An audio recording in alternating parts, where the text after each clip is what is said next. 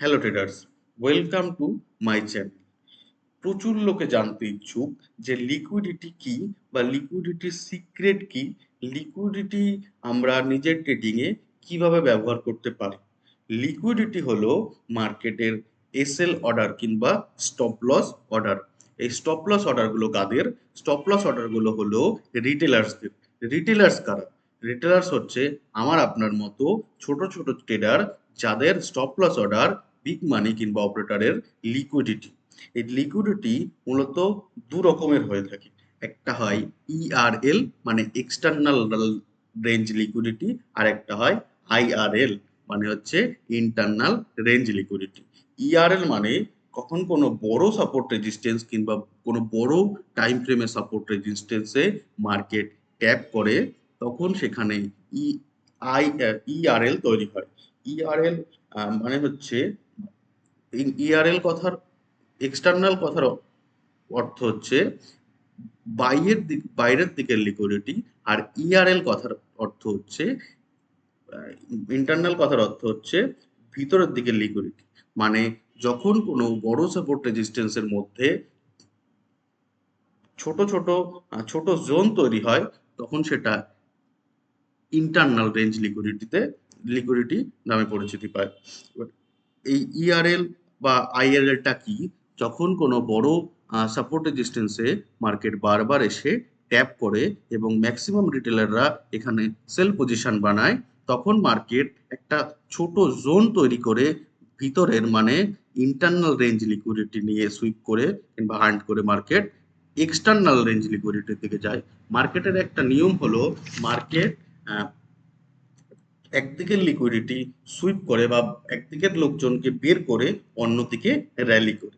এই লিকুইডিটিকে লিকুইডিটি আমরা নিজেদের ট্রেডিং এ দুভাবে দুভাগ দুভাবে ব্যবহার করতে পারি।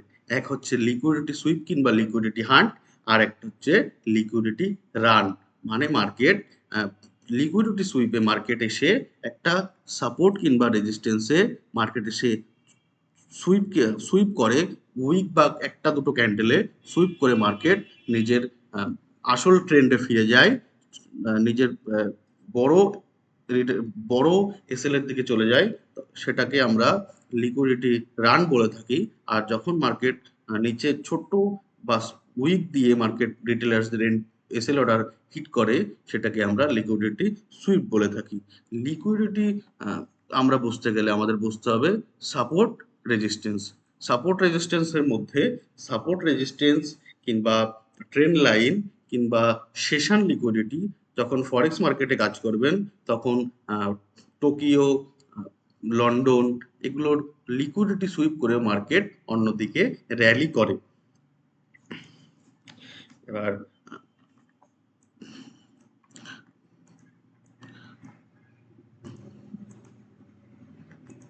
আর একটা কনসেপ্ট আসে, লিকুইডিটি এক্সিস্ট আর লিকুইডিটি ক্রিয়েট।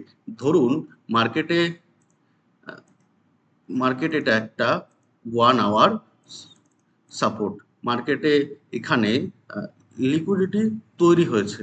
ধরুন এটা আজকের 1 আওয়ার সাপোর্ট, তখন মার্কেটে একটা লিকুইডিটি আছে, তাই এটাকে আমরা বলে থাকি লিকুইডিটি এক্সিস্ট। মানে এখানে লিকুইডিটি এখনো আছে।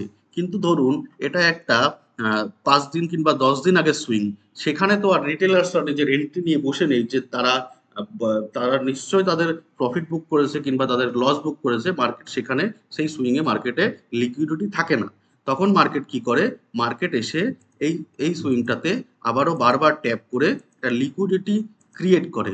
লিকুইডিটি ক্রিয়েট করার পরে মার্কেট আইআরএল নিয়ে মার্কেট ইআরএল এর দিকে তৈরি যায়। মানে যখন মার্কেটে পুরনো সুইং কিংবা পুরনো সাপোর্ট রেজিস্ট্যান্সে মার্কেট এসে তখন মার্কেট ডাইরেক্ট মার্কেট এটাকে করতে পারে না। কারণ পারে না কেন? যদি এটাকে সুইপ করে দেয়, মার্কেটের এখানে তো লিকুইডিটি নেই, মার্কেট কেন যাবে এখানে? তখন মার্কেট এখানে এসে লিকুইডিটি ক্রিয়েট করে, তারপরে মার্কেট ইআরএল নিয়ে মার্কেট অন্যদিকে র্যালি করে। ধরুন কিছু ট্রেডাররা সাপোর্ট রেজিস্ট্যান্স কিংবা অর্ডার ব্লকে ট্রেডিং করে থাকে।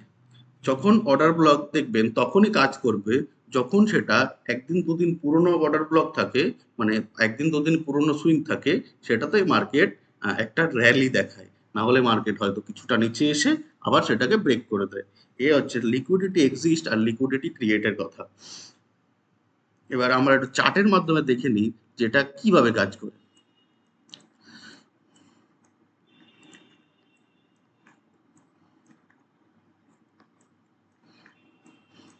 দেখুন মার্কেটে একটা একটা সাপোর্টে বারবার মার্কেট এসে একটা ছোট ছোট বাইং মুভ দেখিয়েছে। বাইং মুভ দেখানোর পরে মার্কেট এটা একটা ইআরএল তৈরি করেছে, মানে এক্সটার্নাল রেঞ্জ লিকুইডিটি তৈরি করেছে। মার্কেট দেখুন এখন একটা সাইডওয়েজ রেঞ্জ টাইপের আছে, তার জন্য মার্কেটে মুভমেন্ট কিছুটা কম, মুভমেন্ট একটু সাইডওয়েজ টাইপের, তাই মার্কেটের রেঞ্জ মুভমেন্টটা একটু কম হচ্ছে। মার্কেটে এটা ইআরএল তৈরি করার পরে মার্কেট এখানে একটা আইআরএল তৈরি করেছে। এটা একটা আইআরএল। মার্কেট এই আইআরএল লিকুইডিটি নিয়ে মার্কেট নিচের দিকে র্যালি করে। আবার আরো কিছু এক্সাম্পল দেখে নিই আমরা।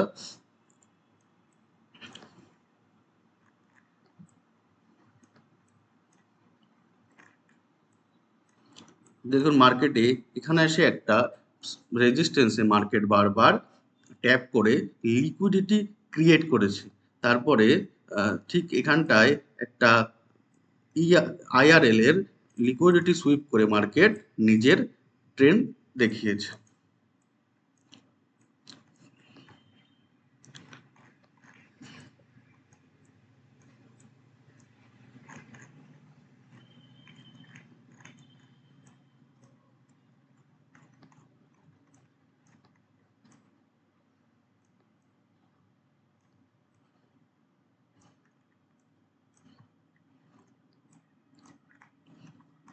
দেখুন মার্কেটে এখানে একটা লিকুইডিটি সুইপ করার পরে মার্কেট এখানটায় হোল্ড করেছে। হোল্ড করার পরে একটা ফেক ব্রেকআউট দেখিয়ে সমস্ত বায়ার্সদের এখানে এন্ট্রি করিয়েছে।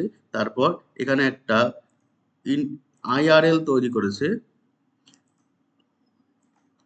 দুদিকেরই স্টপ লস নিয়ে মার্কেট নিচে চলে গেছে। এরকম করেই আমরা লিকুইডিটিকে ট্রেড করে থাকি। এটা সেট আপ, এটা এটা আরো ভালো করে বোঝা যায় যখন কোনো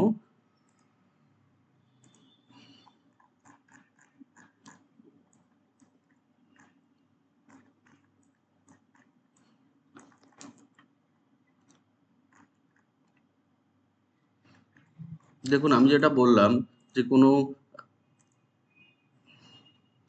কোনো অর্ডার ব্লক তখনই কাজ করে যখন সেটা একদিন কিংবা দুদিনের পুরনো হয়। এটা দুদিন পুরনো অর্ডার ব্লক মার্কেট এখানে এসে ঠিক ট্যাগ করে অন্য মার্কেট র্যালি করেছে। অন্য সময় কি হয়, যদি রিসেন্ট সুইংয়েই আপনি অর্ডার ব্লক মার্ক করেন, সেখানে মার্কেট আসে এবং সেটাকে সুইপ করে তারপরে অপর দিকে র্যালি করে। এরকম করেই আমরা লিকুইডিটি ট্রেড করে থাকি। যদি ভিডিওটা ভালো লাগে লাইক করবেন।